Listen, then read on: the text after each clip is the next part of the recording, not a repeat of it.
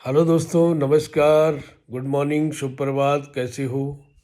आपको मेरी तरफ से सुबह की राम राम। और दोस्तों, आज मैं एक लाइव इसलिए आया हूँ, मैं एक कहानी सुनाना चाहता हूँ आपको, एक दादाजी की। तो बहुत कहानी है, हमने सुनी है, हम भी सुना रहे हैं आपको। प्रेरणादायक कहानी है, संस्कार है। जो आज के बच्चे हैं, जनरेशन है, वो भी सुनिए और उस पर मनन करें। कितनी अच्छी बात है। दोस्तों, एक गांव में एक दादाजी रहते हैं। कहानी इस प्रकार से है। तो दादाजी के 4 लड़के थे। 4 लड़के थे तो उस दौर में तो इतना साधन नहीं था, गाड़ी मोटर ये सब कुछ नहीं था, कुछ भी संभव नहीं था। तो दादाजी ने अपने दिल में सोचा कि यार, मैंने ज़िंदगी भर मेहनत किया है, पत्थर तोड़े हैं, मैं अपने बच्चों को पत्थर नहीं तोड़ने दूंगा। तो दादाजी इस बात पे अडिग हो गए और जैसे जैसे वो बड़े होते गए, दादाजी ने उनको स्कूलों में दाखिला देना है, धीरे धीरे उनको खाना कपड़ा जो भी होता है वो सब किया, और अपनी मेहनत के बल पे, किसी के भरोसे नहीं। तो जब वो लड़के पढ़ाई लिखाई में सब अच्छे थे, क्योंकि जैसा परिवार का संस्कार होगा बच्चे भी वैसे होंगे, एक दूसरे से प्रेरणा लेते हैं और वो आगे बढ़ते हैं। तो बच्चों के जैसे जैसे बच्चे जवान हुए, उन्होंने बोला यार, हमारे पिताजी ने इतना मेहनत किया है तो हम लोग भी तो मेहनत करेंगे और कहीं ना कहीं नौकरी की तलाश में लगेंगे। तो भगवान बस भाग्यवश तीनों चारों लोग नौकरी लग गए। नौकरी लग गए तो अब पिताजी ने बोला कि अब शादी करनी है। तो एक एक करके पहले एक की हुई, दूसरे की, तीसरी की, चौथी की, चारों की शादियां हो गई। ठीक है। अब शादियां हो गई तो नौकरी तो घर में होती नहीं। कोई रहता मध्य प्रदेश, कोई रहता आंध्र प्रदेश, कोई रहता आपका पंजाब, कोई रहता हरियाणा। इस तरह से भाई लोग डिस्ट्रीब्यूट हो गए आपस में, और वो खर्चा पानी बुढ़े को देते थे। तो बुढ़े का दुर्भाग्य रहा कि बचपन में बुढ़े ने बहुत कष्ट झेले। घरवाली पहले ही गुजर गई थी जब बच्चे पैदा हुए। उसके कुछ समय बाद घरवाली गुजर गई, बुढ़ा अकेला था। तो अकेला आदमी, बच्चों को संभालना बड़ा कठिन होगा। अगर घर में कोई महिलाएं नहीं है, पत्नी नहीं है, तो बड़ा दुखी होता है इंसान। तो दोस्तों, चारों दिशाओं में जब वो लोग गए नौकरी की तलाश में, अब उनकी शादियां हो गई, उनके भी बच्चे हो गए, बुढ़ा घर में अकेला। बस देखो कितनी सोचने वाली बात। अब खर्चे से थोड़ी नहीं होता है। जब तक मैं चल फिर रहा हूँ तो मेरे को खर्चा चाहिए। मेरे को जो चीज़ चाहिए मैं ला सकता हूँ, लेकिन जब मैं वृद्ध हो गया ना, तो मैं कुछ नहीं कर सकता। मैं इधर से उधर नहीं जा सकता। मैं हो या आप हो, कोई भी हो, बच्चों को ये चीज़ सोचनी चाहिए ना। तो एक बार बुढ़े ने संदेश भिजवाया किसी के माध्यम से, मैं बीमार हूँ, आप सब लोग घर आ जाओ। क्योंकि जब आदमी शहर में जाता तो वो बिजी हो जाता है, उसके बच्चे हो जाते हैं, कंडीशन ऐसी हो जाती है। तो चारों बच्चों ने बोला भाई, हम एक साथ तो कैसे जाएं, लेकिन पिताजी का सवाल है, जाना पड़ेगा। बुढ़ा अकेला घर में है, कोई नहीं है, 4 बहुएं हैं, 4 लड़के हैं। घर में आए तो बोला भाई, अब मेरा क्या होगा, मैं तो अकेला जीवन कैसे बिताऊंगा। जब वो सब लोग घर आए तो बुढ़े ने अपनी कहानी बताई। बताई तो उन्होंने बोला यार पिताजी, मेरा तो कैसे, हम तो खर्चा देंगे, अलाना देंगे। किसी ने बोला नौकर रखेंगे, किसी ने बोला साला ज़िंदगी भर नौकर, हमने ज़िंदगी भर पाल परोस के इतना बड़ा किया, इसलिए किया कि तुम घर में नौकर रखोगे। ऐसा नहीं चलने वाला है। फिर बोला 3 4 लड़के हैं, 3 महीने एक साथ रहो, 3 महीने एक साथ रहो, 3 महीने उसने बोला, बुढ़े ने, मैं किसी के साथ नहीं रहूँगा। मैंने एक साथ 4 बच्चे पाले, और 4 बच्चों को पालना एक बाप बहुत भारी हो रहा है। देखो कितना दुर्भाग्य है, कि कितनी ऐसी सोच है। बुढ़े ने बोला मैं घर पे रहूँगा, और आप डिसाइड करो 3 महीना कौन घर रहेगा और 3 महीना कौन रहेगा। मैं घर से बाहर नहीं जाने वाला, क्योंकि मैं अवस्था हो गई, मेरे को शहरी जीवन पसंद नहीं है। मैं गांव में पला बड़ा हूँ। बाबा, मैं आप लोगों से हाथ जोड़ता हूँ, मैं बाहर नहीं जाऊँगा। तो इस बात पे सहमति नहीं बनी। अब घर घर का पानी जब जमा हो जाता है, औरतें आ जाती हैं, तो एक बोलता है वो करेगा, दूसरा बोलता है वो करेगा। ऐसा नहीं कि मैं करूँगा तो दूसरा तू उससे प्रेरणा लेगा, वो खुद भी कर देगा, ऐसा कुछ नहीं। तो दादाजी परेशान हो गए, तो बोले यार क्या होगा। दादाजी ने बोला तुम जाओ, मैं कुछ दिन बाद अपना निर्णय बताऊंगा आपको, अभी तुम जाओ, तुमने ड्यूटी जाना है, बच्चे पालने जाओ। वो चारों लोग चले जाते हैं और दादाजी फिर घर में अकेले होते हैं।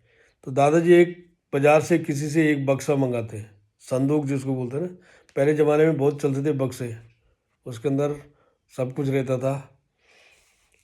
बक्सा मंगाया, एक बड़ा ताला मंगाया, उसमें जंजीर से ताले को सील कर दिया और एक वकील को बुलाया। वकील घर पे आया, वकील को बोला मेरी वसीयत लिखो, और वसीयत में ये लिखो जो मेरी सेवा सबसे अच्छी करेगा उसको मैं, जो मेरी जमा पूंजी है उसको दे दूंगा। तो वकील ने वैसे ही लिखा और एक हलफनामा कोर्ट में दे दिया, एक बच्चों को भेज दिया, एक उसके पास रहा। 3 कॉपी बना दी उसकी। बोलो जब मेरे मरने के बाद मेरी जो संपत्ति है, अगर चारों बच्चे अच्छी सेवा करेंगे तो चारों में बांट देना, चारों में से कोई नहीं करेगा तो ये संपत्ति सरकार को दे देना। ऐसा कुछ उसमें लिखा था कहानी में। तो वो गया और वकील ने ऐसे किया तो बच्चों ने देखा हाँ पिताजी के पास अभी भी संपत्ति है, सारे ऐसे सोचने लगे। और वो चारों अपना वहाँ छोड़ के, जहाँ वो रहते थे, कर्मस्थली छोड़ के अपनी जन्मस्थली में आ गए, लालच के चक्कर में। क्योंकि बक्सा था ना घर में, और उसके अंदर कुछ भी हो सकता है। भाई मुट्ठी बंद है तो लाख की, खुल गई तो खाक की। तो आया, उन्होंने देखा बुढ़े का बक्सा रखा हुआ है, ताऊ जी का, दादाजी का, सॉरी, दादाजी ने बक्से में अंदर क्या है, बहुत बड़ा वजन है, उठाई भी नहीं जा रहा है, लेकिन अभी उसको तोड़ भी नहीं सकते क्योंकि वसीयत में लिखा है। तो सब उन्होंने बोला हम घर पे रहेंगे बस, कोई दिक्कत। उन्होंने बक्सा हिलाया और घर पे रहेंगे। भाई साहब दूसरे दिन कोई दादाजी को सब्जी दे रहा है, कोई रोटी दे रहा है, कोई गर्म पानी दे रहा है, सारे लोग सेवा पे लग गए। लालच था ना। लालच था। अब तो भगवान दिमाग उसी को देता है जिस पे विपदा आती है। बूढ़े पे विपदा आई तो उन्होंने भी दिमाग चलाया अपना कि ऐसा करना है। जब आदमी बूढ़ा हो जाता तो होता ही है। तो दिमाग चलाया, तो लोग करते गए करते गए। ताऊ जी भी खुश हो गए, हाँ भाई, बोलता है ठीक है, अच्छी सेवा हो रही है। सॉरी दादाजी हैं। तो दादाजी की अच्छी सेवा हो गई, अच्छी परवरिश हो गई। जब अंतिम समय आया तो चारों सुधरी थे और चारों को बुलाया गया, जहाँ वो नौकरी करते थे उनकी घरवालियों को घर में रखा गया। बहु लोगों ने भी अच्छी सेवा की, सब कुछ अच्छा हुआ और बुढ़े के प्राण निकल गए।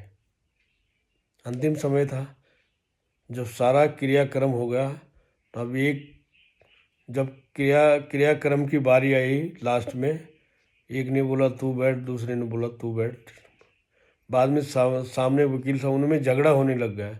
असल में दायित्व तो बड़े भाई का होता है जब पिताजी गुजरते हैं, जब माताजी गुजरते छोटे भाई का दायित्व होता है क्रियाक्रम करना, ये पद्धति है। तो उनमें झगड़ा हो गया, आपस में समझौता बहुत कराया लोगों ने, यार तुम इस टाइम पे झगड़ा कर रहे हो, क्या हो यार। हम्म? आखिर तो प्रॉपर्टी तो उसको मिलने है जो क्रियाक्रम करेगा। भाई अगर तीनों चारों भाई मिलके करेंगे तो सबको मिलेगा बराबर, जो लिखा है। वकील साहब बोले अगर तुम नहीं बैठते तो मैं बैठूंगा और इस संपत्ति का हकदार मैं हूँगा। सब परेशान हो गए, तो उन्होंने जो है सबसे बड़ा जो भाई था उसको बिठा दिया।